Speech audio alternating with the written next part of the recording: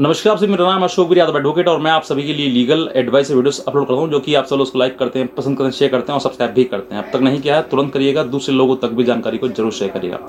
देखिए, अब तक का जो मतलब प्रोसीजर था, सेक्शन 498 की आपके ऊपर एफआईआर दर्ज हो जाती है और होने के बाद जो है वो आपको बहुत ज़्यादा मुश्किलों का सामना करना पड़ता है। बहुत ज़्यादा लोग डर जाते हैं कि सर हमारा सामने ये चीज़ें आ रही हैं, हमारे पास लगातार आईओ का फ़ोन आ रहा है, हमें धमकी दी जा रही है कि तुम गिरफ्तार कर लेंगे, तो अब हमें क्या करना चाहिए। अब देखिए, मेरी और सारी और भी वीडियोस बना चुका हूँ मैं, उसमें बता चुका हूँ कि आपको हाई कोर्ट मूव करना चाहिए अगर आप जमानत नीचे लोअर कोर्ट में नहीं कराना चाहते या फिर आप ट्रायल फेस करना नहीं चाहते, तो आप सीधे जो झूठी एफआईआर हुई है उसको हाई कोर्ट में, आपका जो भी हाई कोर्ट लगता है उस हाई कोर्ट में आप अप्रोच करिए और बताइए कि ये जो धाराएं हैं वो पूरी झूठी हमारे ऊपर लगाई गई हैं और हमारे ऊपर जो केस है वो पूरा झूठा किया गया है। तो जब आप ये बताएंगे तो हो सकता है कि आपके लिए कोई ना कोई हाई कोर्ट रेमेडी दे ही दे।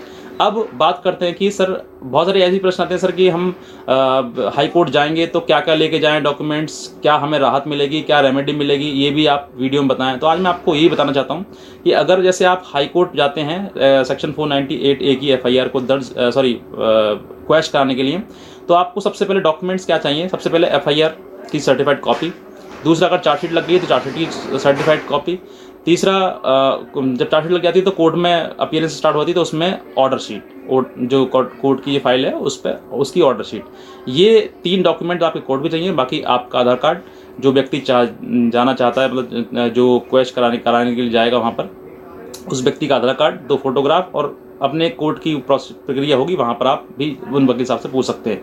ये तो आपको डॉक्यूमेंट चाहिए होंगे अगर आप जाते हैं तो। अब कुछ लोग ये भी कहते हैं सर आपसे फीस कितनी लग जाती है।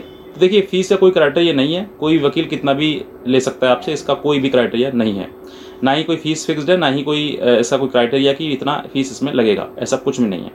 बहरहाल अब बात करते हैं कि कोर्ट जो है वो किन किन क्या क्या रेमेडी आपको दे सकता है जब आप हाई कोर्ट में क्वेश कराने के लिए एफआईआर दर्ज कराएंगे।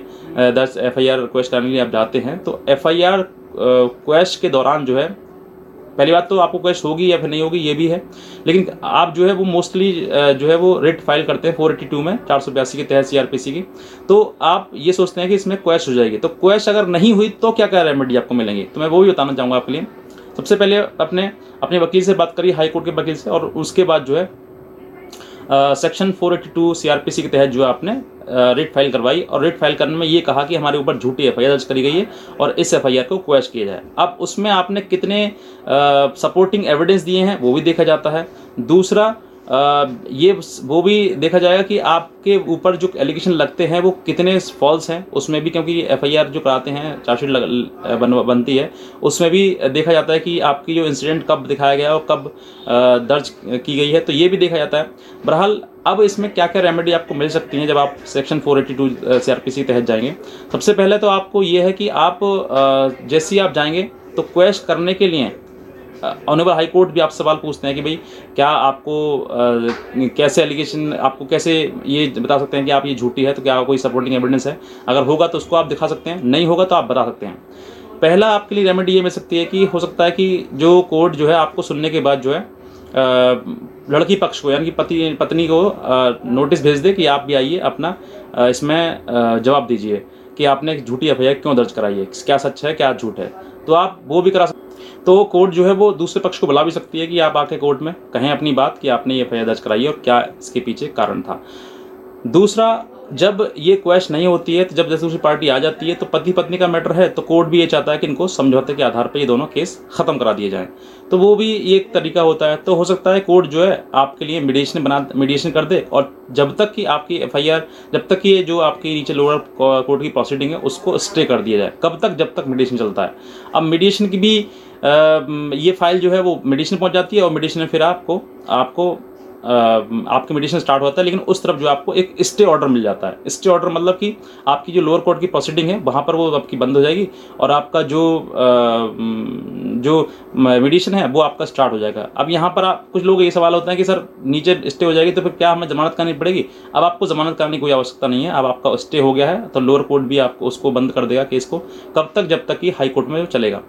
अब यहाँ पर जैसे मेडिटेशन होता है, अगर आपका मेडिटेशन सक्सेसफुल हो जाता है डेफिनेटली आपकी एफआईआर क्वैश हो जाएगी, खत्म हो जाएगी। और अगर नहीं होता है तो आपका स्टे ऑर्डर तो आपको मिल ही गया है, आपका स्टे वो बरकरार रहेगा, चलता रहेगा। कब तक? जब तक वो दोबारा फाइल हियरिंग में नहीं आती है और कोर्ट के सामने नहीं आती है। जब कोर्ट के सामने जब आएगी तब की बात देखी जाएगी। इसमें भी काफ़ी लंबा समय लग जाता है।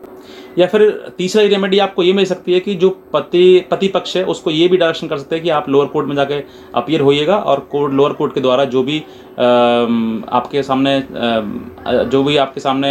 बेल या प्रोविज़न हो जो भी है, आप लोअर कोर्ट में जाके कहिएगा। तो लोअर कोर्ट के लिए भी आपको डायरेक्शन दी जा सकती है और आप लोअर कोर्ट में फिर आपको अपीयर होना पड़ेगा। तो ये जो आपको रेमेडीज़ हैं ये लोअर कोर्ट हाई कोर्ट से आपको मिल सकती हैं और इन्हीं के आधार पर जो है आपका केस जो है वो आगे फर्दर चलेगा।